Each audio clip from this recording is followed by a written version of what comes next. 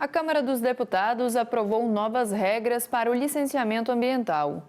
O professor de Direito e economista da FGV, Daniel Vargas, afirma que o novo marco regulatório representa um passo essencial rumo ao futuro. Vamos ver. A Câmara dos Deputados deve votar o novo marco do licenciamento ambiental a qualquer momento. Se aprovado, a norma deve mudar significativamente a maneira como nós entendemos a relação entre economia e meio ambiente no Brasil.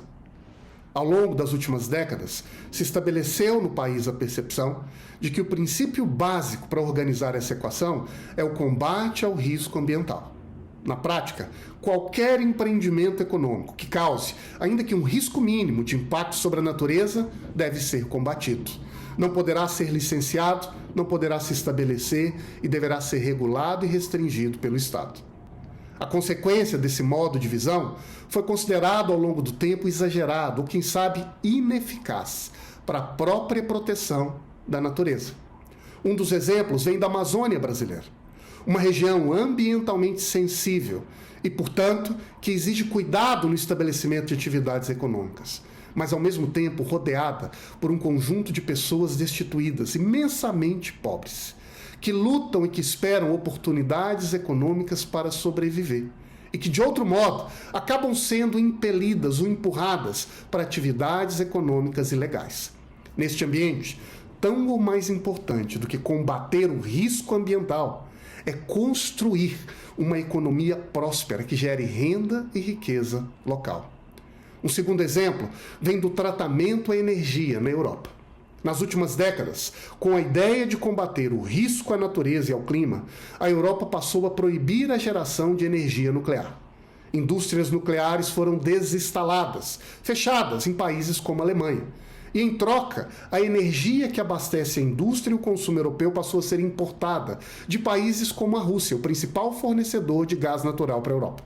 O efeito foi, de um lado, sim, neutralizar o risco das consequências do uso indevido da energia nuclear, mas, de outro lado, uma imensa vulnerabilidade energética e cada vez mais uma ameaça à soberania do próprio continente.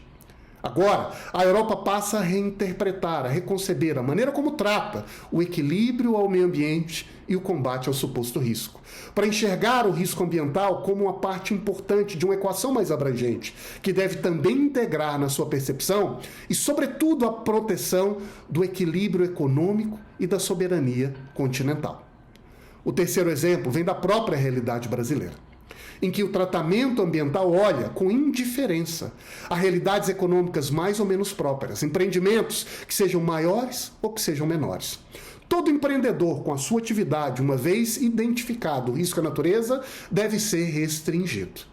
Ao se fazer isso, na prática, o que se cria é um regime que faz com que o grande empresário contrate o seu despachante, o seu engenheiro, e de uma maneira ou outra encontre uma forma de fazer valer a sua força e liberar o seu empreendimento nacional.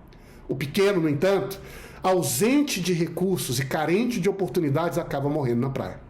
Ao longo do tempo, o que essa percepção de que o equilíbrio ambiental exige combate ao risco faz é criar no seio popular uma espécie de preconceito, de restrição, de ceticismo em relação à própria agenda ambiental, percebida cada vez mais como uma agenda de elite e indiferente à realidade e às necessidades humanas das pessoas, ainda que isso diga respeito à produção de alimento para sua própria sobrevivência. Pensar o meio ambiente de forma independente e autônoma em relação às necessidades humanas, sociais e soberanas pode não ser a melhor maneira de organizar um regime econômico ambiental, sobretudo em países pobres como o Brasil.